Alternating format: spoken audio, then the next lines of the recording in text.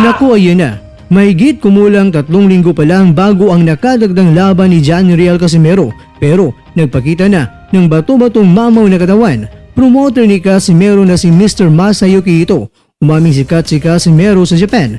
Pero totoo nga ba na nagkamali ng pagpili ng petsa ng laban ng promoter ni Casimero, kaya lananawin ang laban ni Casimero dahil parehong petsa ito sa laban ng kapatid ni Naoya Inoue na si Takuma Inoue. Kaya naman, marami ang nagsasabi na sino nga ba ang manunood sa hindi world title fight na laban ni Casimero kaysa sa laban ni Takuma na world title fight ito?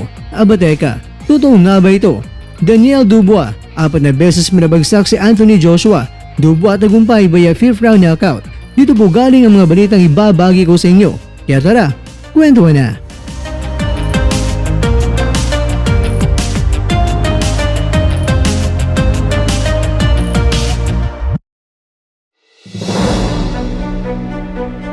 Marami ang medyo nababahala dahil bakit ang napiling petsa ng laban ni Casimero ay nasabay pa ito sa 2-day big boxing event sa Japan na kung saan 7 mga world title fights ang mangyayari.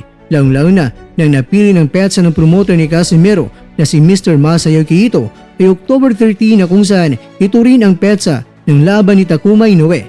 Expected ng lahat na mas marami ang manunood sa laban ni Takuma dahil siguradong nandyan ang monster ng Japan na si Naoya Inoue dahil syempre susuporta yan sa kanyang kapatid na may laban. Kaya marami ang nagsasabi na lanangawin talaga ang laban ni Casimero dahil sinabay pa ito sa laban ni Takuma. Well, mga kwento, ang venue kung saan gaganapin ang laban ni Casimero ay sa Yokohama, Japan at dito rin sa lugar na ito ang gym kung saan nagsasanay si Naoya sa Ohashi Boxing Gym. Kaya kung tutusin, kung gugustuhin ni Naoya na puntahan ang laban ni Casimero ay pwede rin naman. Pero dahil may laban ng kapatid ni Naoya ay full support ito sa kanyang kapatid at pupunta yan syempre sa Ariake Arena sa Tokyo, Japan. Ang distansya naman ng Yokohama at ng Ariake Arena sa Tokyo ay nasa mahigit kumulang 35.9 kilometers o approximately mga 35 minutes ang biyahe kung magsasakyan. Kaya naman, hindi naman ganun talaga kalayo ang venue ng laban ni Casimero at ni Takuma. Pero ganun pa man, dahil parehong petsa ang laban, marami ang nagsasabi na mas pipiliin ng mga Hapon na panoorin ng big event kaysa sa hindi. Kaya talagang para sa ilan ay nagkamali ang promoter ni Casimero dito. Malulugi lang sila. Well, kakwento, ganito yan. Ibinunyag na ni Mr. Ito bago pa man ang fight announcement na parehong petsa ang pipiliin niya ang October 13. Pero ang gusto niya mga kwento ay mas maagang laban ni Casimero matapos bago ang laban ni Takuma. Kaya ayon sa Yahoo News Japan, ang oras na mag-appear si Casimero ay daytime na magsisimula mga bandang 12:45 PM. Kaya dito nakalagay na hindi talaga magkakasalubong o magko-conflict sa 7 major world title fights na magaganap sa gabi. Kaya naman, mali po ang iniisip ng iba na dahil pareho ang pets ay pareho din ang oras ng laban nila.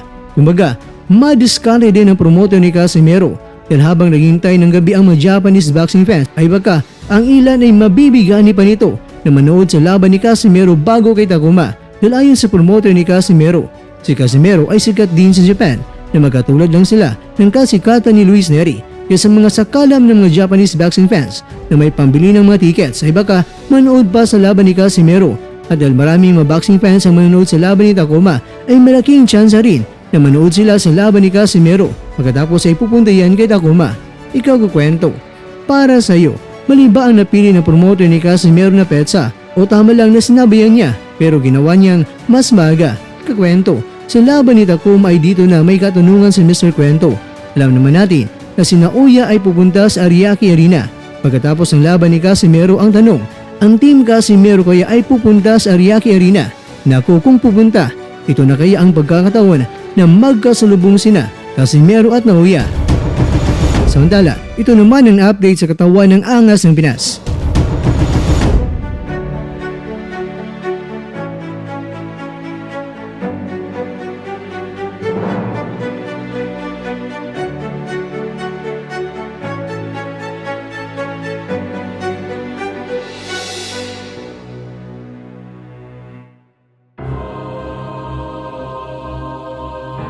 Mga kakwento, bago magtapos ang unang round ay pinabagsak ni Dubois si Joshua.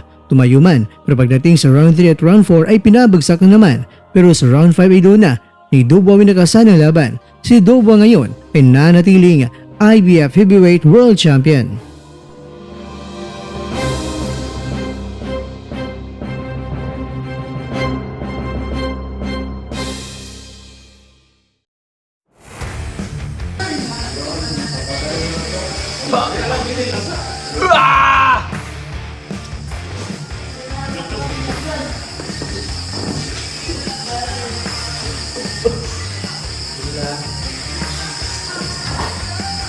Times 10.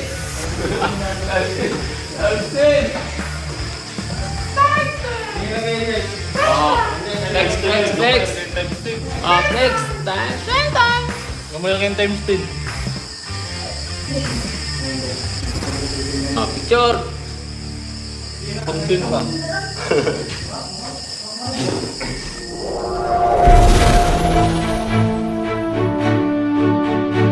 At dyan, nagtatapos ang ating kwento.